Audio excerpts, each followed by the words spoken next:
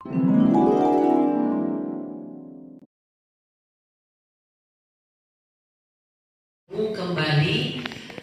di kelas demokrasi. Ini adalah pertemuan kedua.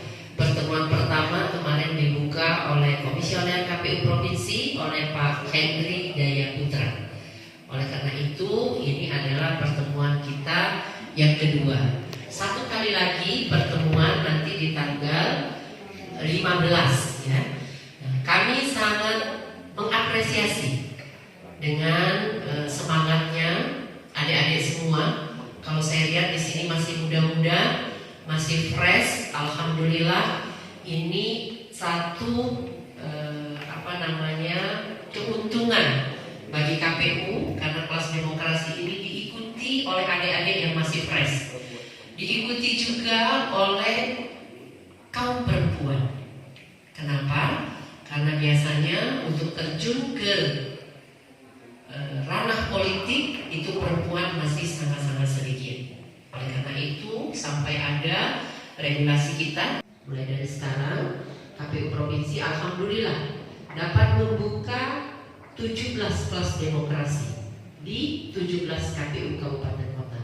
Hari ini juga pertemuan kedua untuk 7 KPU Kabupaten Kota pada periode pertama membuka kelas demokrasi. Nanti setelah pertemuan tanggal 15, tanggal 16 dibuka kembali untuk menyelenggarakan kelas demokrasi ini bagi KPU Provinsi Sumatera Selatan bukan hal yang mudah. Bukan hal yang mudah. Kami berjuang di tahun 2020 untuk melaksanakan kelas demokrasi ini di tahun 2021, tetapi ternyata anggarannya tidak tersedia. Anggarannya tidak dikeluarkan oleh pemerintah provinsi. Nah, alhamdulillah di tahun 2022 ini pemerintah Provinsi Sumatera Selatan memberikan anggaran untuk kita buka kelas demokrasi di 17 KPU Kabupaten Kota. Apa sih etika pemilu itu? Adalah tata cara kerja baik dari KPU maupun daripada Bawaslu. Nah, etika ini yang sesuai dengan Undang-Undang 717 itu yang mengelola ataupun yang memberikan kekuasaan itu adalah DKPP, Dewan Kehormatan Penyelenggara Pemilu. Etika penyelenggara pemilu diatur dalam Peraturan Dewan Kehormatan Penyelenggara Pemilu Umum Republik Indonesia Nomor 2 Tahun 2017 tentang kode etik dan pedoman perilaku penyelenggara pemilu umum dengan tujuan untuk menjaga integritas. Integritas itu yaitu setiap dari penyelenggara, baik itu KPU-nya, KPPS-nya, PPK-nya, PTPS-nya, Bawaslu, Panwasca, PPL, PTPS. Menyampaikan tentang penyelenggara pemilu di Indonesia. Apa sih penyelenggara itu? Penyelenggara adalah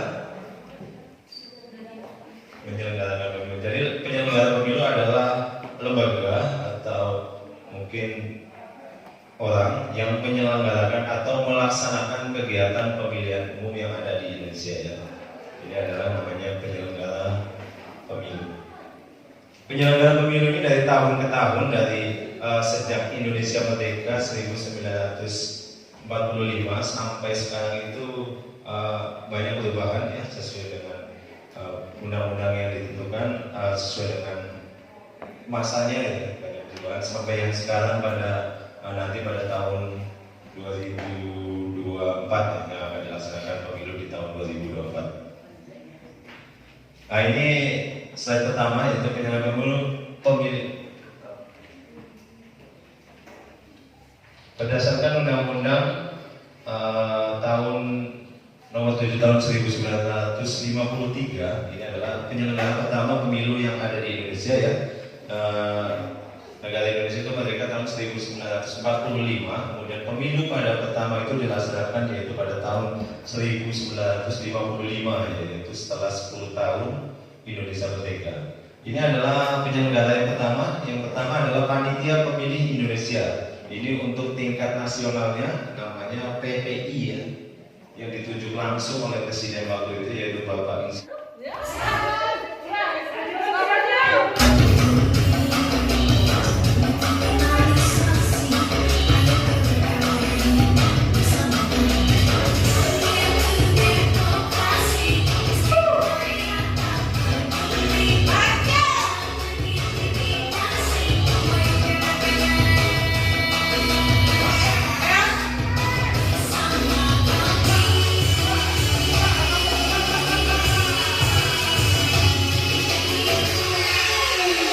Untuk tujuan pelaksanaan pemilu ini yang dimaksud dengan badan hoc itu. Kemudian di situ ada apa saja badan hoc di KPU ini. Tadi juga sudah dijelaskan Bapak Dedi, dua-duanya tadi sudah menyinggung masalah ini, yaitu ada PPK, PPS, KPPS, ya. Next, Om Jen. Nih, ini yang pertama. Ada panitia pemilihan kecamatan, yaitu PPK. Nih, jadi PPK ini bertugas di kecamatan, ya. PPK ini untuk PPK. Tolong diingat itu PPK apa, ya. Ingat ya, nanti biasanya di dalam soal-soal yang diadakan oleh KPU itu sering ada apa singkatan daripada PPK, apa singkatan daripada PPS, ya, gitu. Kemudian keanggotaannya, keanggotaan PPK ini di setiap kecamatan itu ada 5, ya, ada 5. Kemudian dalam menjalankan tugasnya PPK dibantu oleh sekretariat. Nantinya PPK ini mempunyai sekretariat sama dengan di KPU. Siapa sekretariat mereka? Yaitu ASN yang bertugas di kecamatan. Biasanya itu ditugaskan untuk menjadi sekretariat PPK. Gitu. PPK melalui KPU Kabupaten Kota mengusulkan 3 nama calon sekretaris ini. Jadi nanti PPK sendiri yang akan memilih calon sekretarisnya. Ya. Next. Nih, di sini ada tugas panitia pemilihan kecamatan.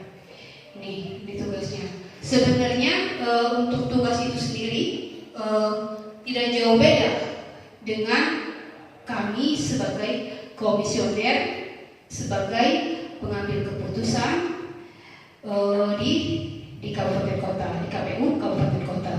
Itu sampai dengan KPPS, salah satu karakter yang harus dibentuk adalah ini, harus ditanamkan di dalam dada ini, luber, langsung umum, bebas, rahasia, jujur dan adil. Karena kita bersifat netral terhadap seluruh peserta pemilu ataupun pemilu kada. Itu ya. Lanjut. Berkaitan dengan integritas, ini ada poin-poin yang berkaitan dengan integritas, jujur, mandiri, adil dan akuntabel. Nah, jadi jujur sudah termasuk juga tadi di dalam poin pertama tadi, mandiri, adil dan akuntabel. Yang akuntabel, penyelenggara pemilu melaksanakan tugas wewenang dilaksanakan dengan pertanggungjawaban dan hasil dapat dipertanggungjawabkan sesuai dengan ketentuan peraturan dan perundang-undangan.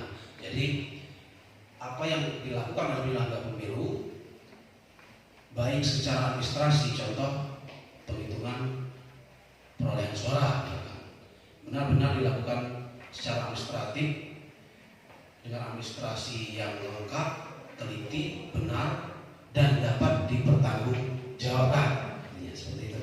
Jadi bukan hanya mengisi belangko-belangko saja di KPPS terus selesai tidak dapat dipertanggungjawabkan.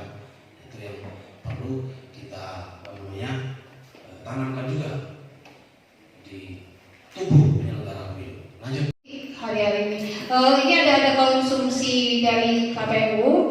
Silakan nanti mau dimakan dulu di sini juga nggak apa-apa, mau dibawa pulang juga nggak apa-apa. Silakan nanti bawa ini, diambil dulu konsumsinya ya. Ya, mungkin itu saja. Ini kita tutup dulu ya. Baik, jadi acara kita pada hari ini alhamdulillah sudah berakhir, walaupun nanti ada sesi ketiga ya, nanti di tanggal 15 BRC ya. Jadi pada hari ini kami ucapkan terima kasih kepada seluruh peserta Sekolah Demokrasi. Insya Allah kita akan bertemu kembali di tanggal 15 dengan mengucapkan Alhamdulillahirobbilalamin.